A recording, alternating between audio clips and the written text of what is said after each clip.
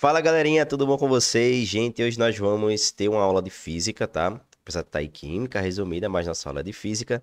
E aí a gente vai fazer uma aula de complementação aqui para os assuntos do SSA. Então, gente, hoje nós vamos fazer uma revisão rápida, tá? Sobre dois assuntos que são bastante importantes aqui, para que vocês possam ter essa vivência aí quando vocês forem fazer o SSA de vocês, tá bom?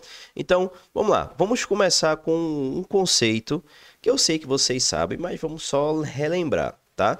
Que é o conceito de ordem de grandeza e notação científica, tá, pessoal? De uma forma bem simples, a ordem de grandeza é escrever o número, ou a notação científica é escrever o número em potência de base de 10. Essa é a notação científica, tá?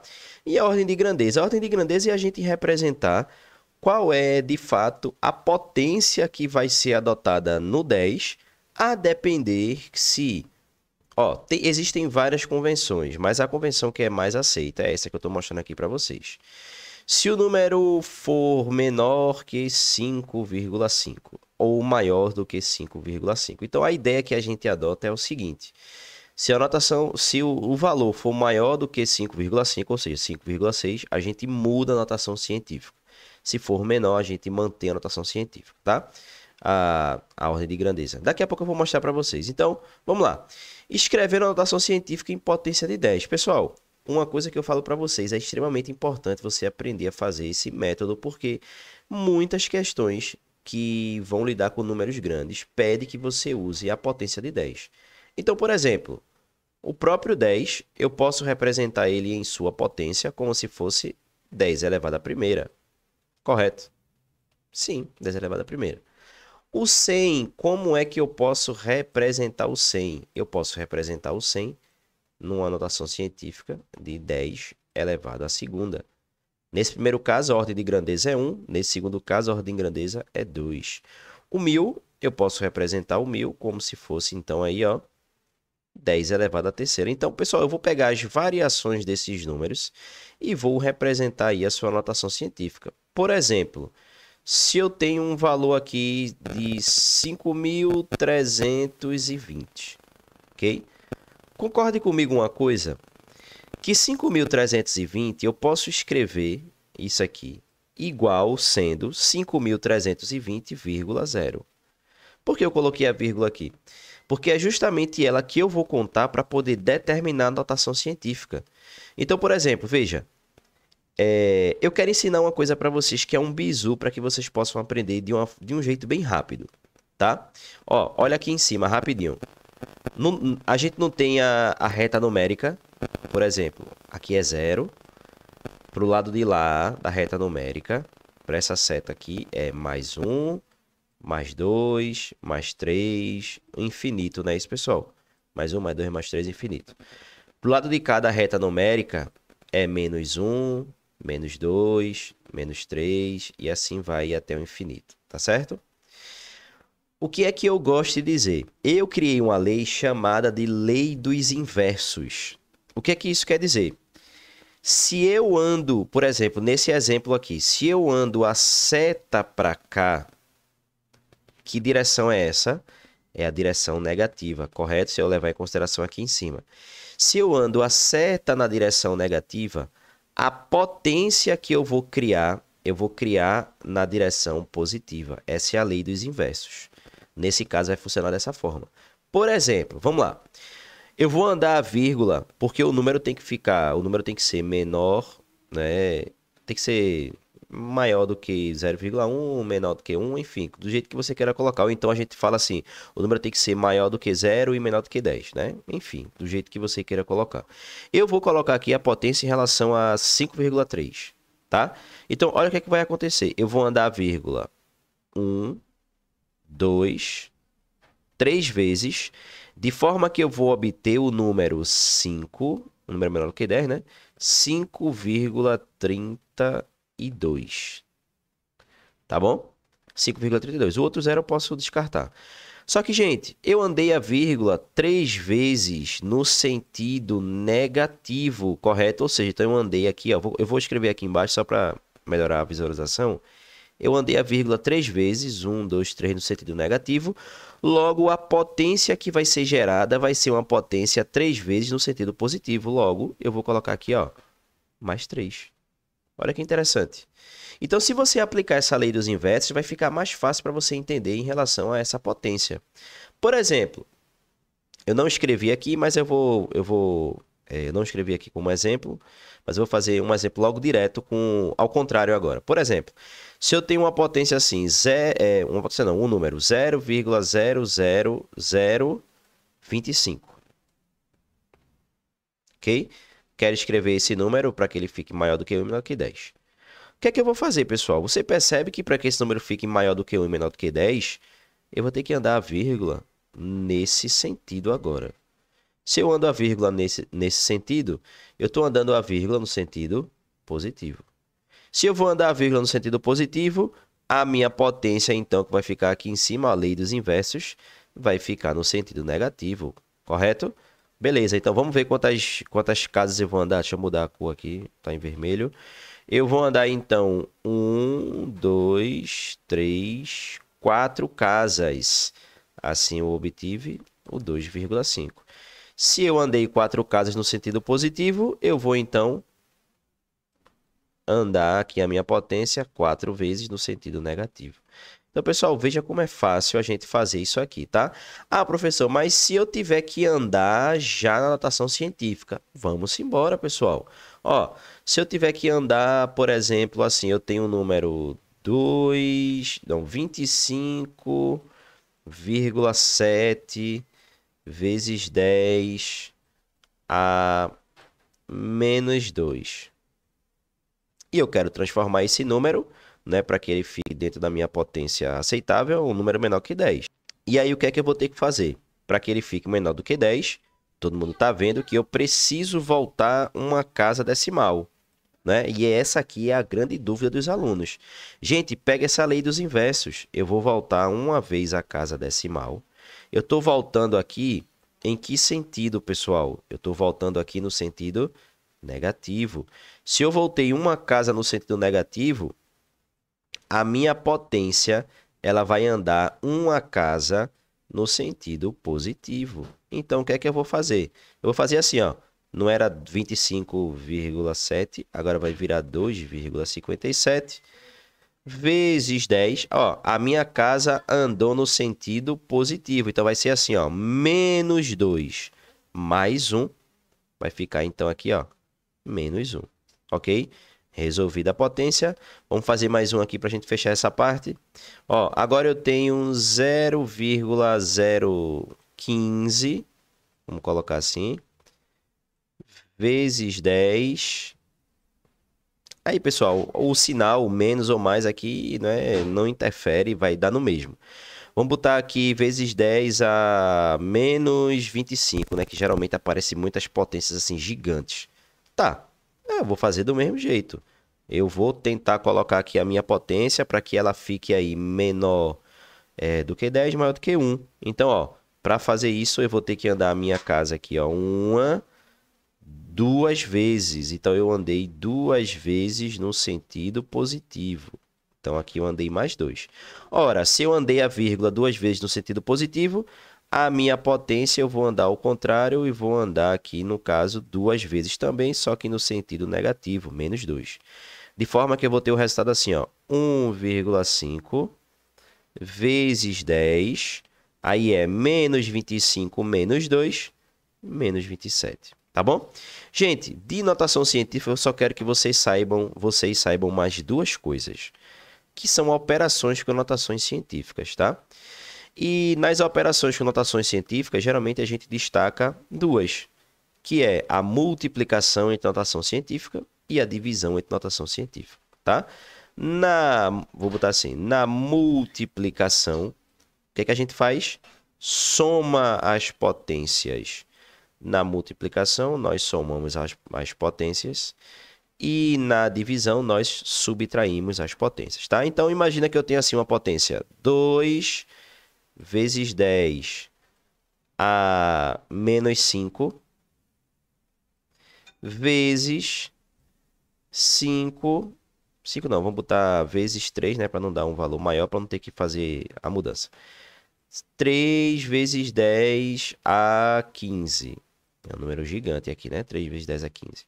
Como é que eu faço, pessoal? Primeiramente, eu vou fazer a multiplicação normal entre os números.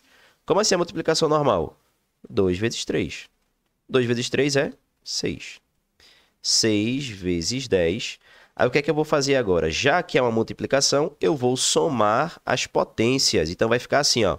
Menos 5 mais 15.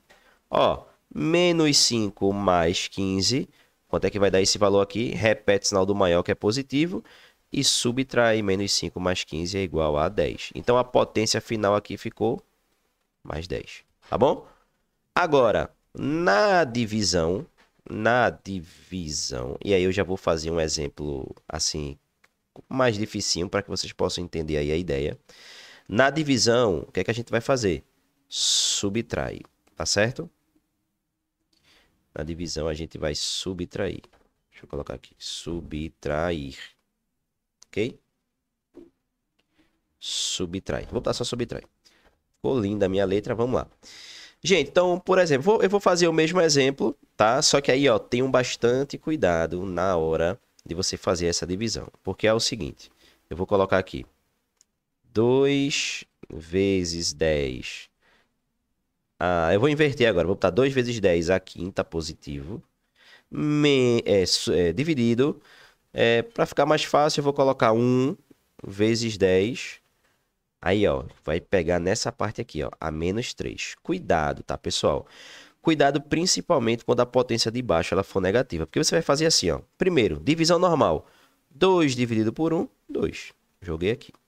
Agora vamos fazer a operação com a potência. Ó, quando a gente vai dividir, nós vamos subtrair a potência. Só que veja, é a primeira potência, que é 5, menos a segunda potência. Só que a segunda potência ela já é negativa, então a gente tem que ter cuidado com esse sinal, que é justamente esse sinal que vai fazer com que a gente perca a nossa vaga, tá?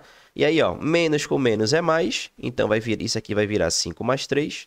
5 mais 3 é igual a 8, tá bom? Agora, se essa potência de baixo aqui não for negativa, ela for positiva, então você faz uma subtração comum. Tá bom, pessoal? Então, essa primeira parte aqui é a parte de notação científica. Agora, ordem de grandeza. Simples. Imagina aí que eu tenho... Eu vou dar 3 exemplos. 3 exemplos bem simples, tá? Imagina aí que eu tenho... 3 exemplos não, 2 exemplos. Imagina aí que eu tenho 1,5 vezes 10 a segunda. E eu tenho aqui embaixo 7,3 vezes 10 a oitava. Tá, eu tenho 2 exemplos. Como é que eu faço para determinar a ordem de grandeza, pessoal? Muito simples. Ó, 1,5 é menor do que 5,5. Toda vez que o número for menor do que 5,5, só basta eu repetir esse número que está aqui em cima na potência de 10. Tá bom? Então, nesse caso, já que o número é menor do que 5,5, a ordem de grandeza dessa minha potência aqui é o próprio 2. Agora, quando o número for maior do que 5,5, então eu vou pegar a ordem de grandeza e vou somar mais 1, tá? Então, o que é que vai acontecer? A ordem de grandeza aqui dessa segunda potência vai ser 8 mais 1, ordem de grandeza igual a 9. Muito bom. Fácil ou difícil, pessoal? Facílimo, né? Então, muito bom. Continuando aqui, gente, aí eu só quero mostrar aqui um pouquinho a diferença entre grandezas escalares e grandezas vetoriais. Apenas a definição, tá? Porque não tem muita coisa que a gente falar, não. O que é uma grandeza escalar? Uma grandeza escalar são aquelas que podem ser escritas em um número seguido por uma unidade. Ó, resumindo, uma grandeza escalar é uma grandeza que eu consigo representar. Por exemplo, eu consigo escrever em massa 5 quilos. Então, eu consigo escrever uma grandeza escalar. É um número, é uma unidade. 5 quilos. Tá? O volume, 10 metros cúbicos, 10 litros. O tempo, 2 horas. A temperatura, 5 kelvins, 5 graus Celsius. O comprimento, 10 metros, 20 metros. Então, a grandeza escalar é uma grandeza que eu consigo escrever com unidade, um número definido, tá? Já uma grandeza vetorial, pessoal, eu também consigo escrever com a unidade, só que a diferença é que uma grandeza escalar, ela obrigatoriamente precisa de um vetor. Obrigatoriamente ela vai precisar de um vetor. Então a grande diferença é que a escalar não precisa ser representada por vetor, só por número e unidade. E a vetorial? A vetorial sim, ela precisa ser escrita através de um vetor. Por exemplo, a posição. A posição eu escrevo através de um vetor. A força é uma grandeza vetorial. Deslocamento, vetor, velocidade, vetor, vetor, velocidade. Aceleração, também um vetor. Aceleração está para frente, para baixo, para cima. Então, a grande diferença entre essas duas grandezas é a escrita através de um vetor, tá? E aí, para a gente fechar essa primeira parte, gente, operações com vetores. De uma forma bem simples, eu quero mostrar para vocês como é que a gente pode fazer uma operação com um vetor. Então, basicamente, eu vou ter aí 3 operações, tá certo? Vamos lá. Primeira operação, quando eu tiver vetores escritos para a mesma direção e sentido, tá bom? Ó, eu tenho aí vetores, que esses dois vetores estão para o mesmo sentido. Os dois estão apontando para o lado direito, tá? E agora, imagina a seguinte situação. Tu tem 2 vetores, eu vou colocar aqui como se fosse uma mesa. Uma mesa aqui, uma mesinha, tá? Nessa mesinha aqui, pessoal, eu tenho 2 vetores. Eu tenho 2 pessoas empurrando essa mesa. Uma pessoa com a força 1, outra pessoa com a força 2. O que é que vai acontecer com essa mesa se eu tenho 2 pessoas empurrando para o mesmo lado? Simples, pessoal. As forças dessas pessoas, elas vão ser somadas. Logo, o vetor resultante aqui vai gerar uma força que vai ser escrita por F1 mais F2. Tá? Olha o vetor. Força é uma grandeza vetorial, porque ela é representada por um vetor. Tá certo?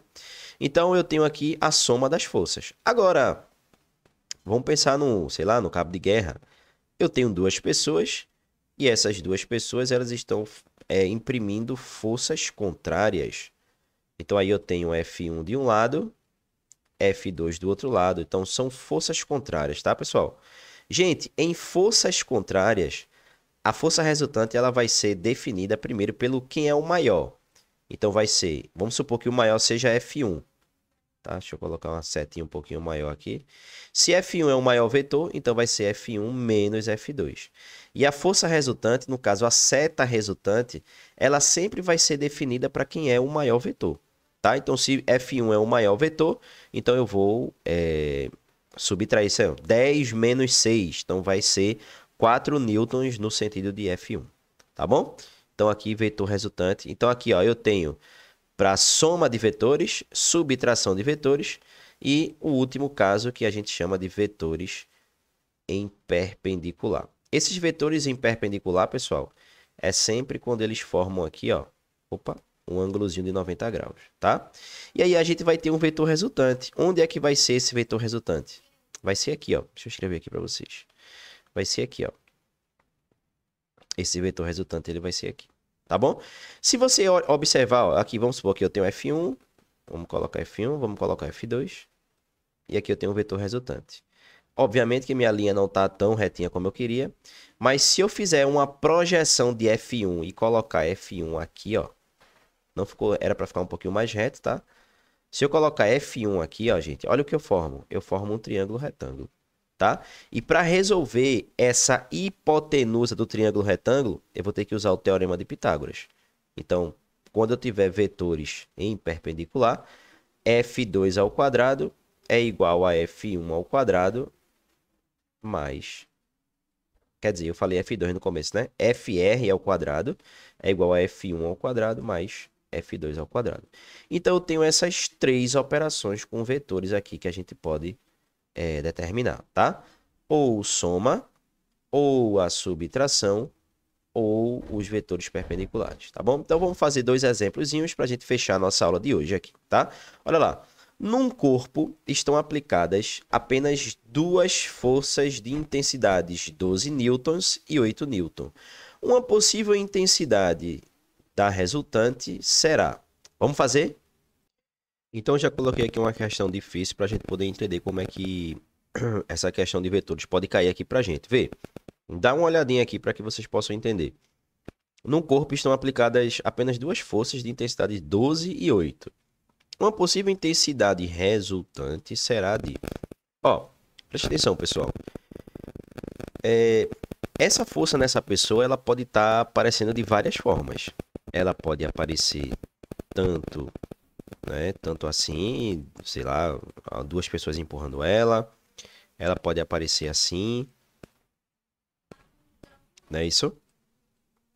Então, o que é que acontece? Eu preciso calcular primeiro o que vai estar acontecendo com ela, né? Também, vamos supor, né? Vamos supor que a pessoa tá aqui e vai, sei lá, que alguém empurre ela e, sei lá, um helicóptero puxa ela para cima. Então a gente tem também aqui a perpendicular.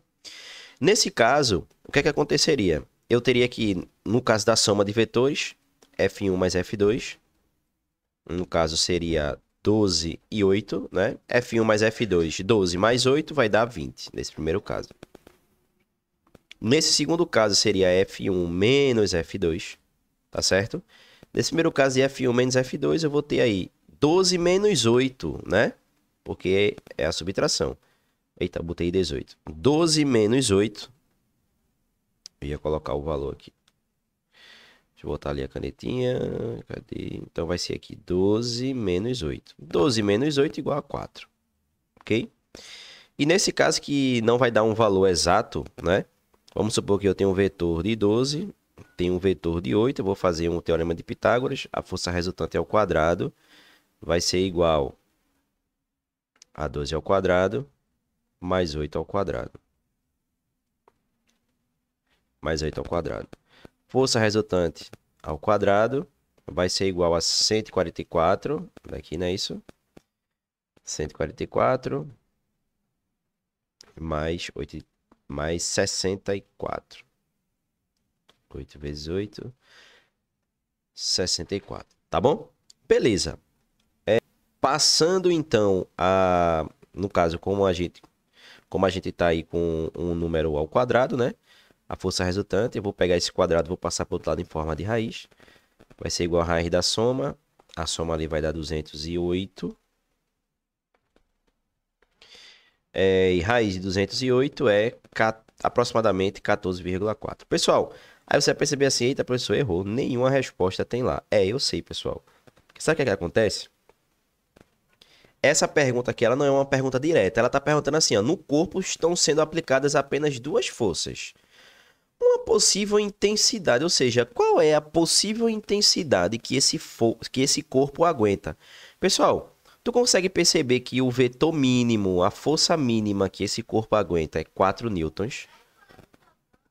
Aí ele aguenta 4 newtons, aguenta 14 e o máximo que esse corpo aguenta é 20. Ou seja, eu tenho um vetor mínimo que ele aguenta, que é 4, e tem um vetor máximo que ele aguenta, que é 20. Então, qualquer força que for aplicada entre 4 e 20, esse meu corpo vai sofrer. Então, ó, 22 é maior do que 20. Não.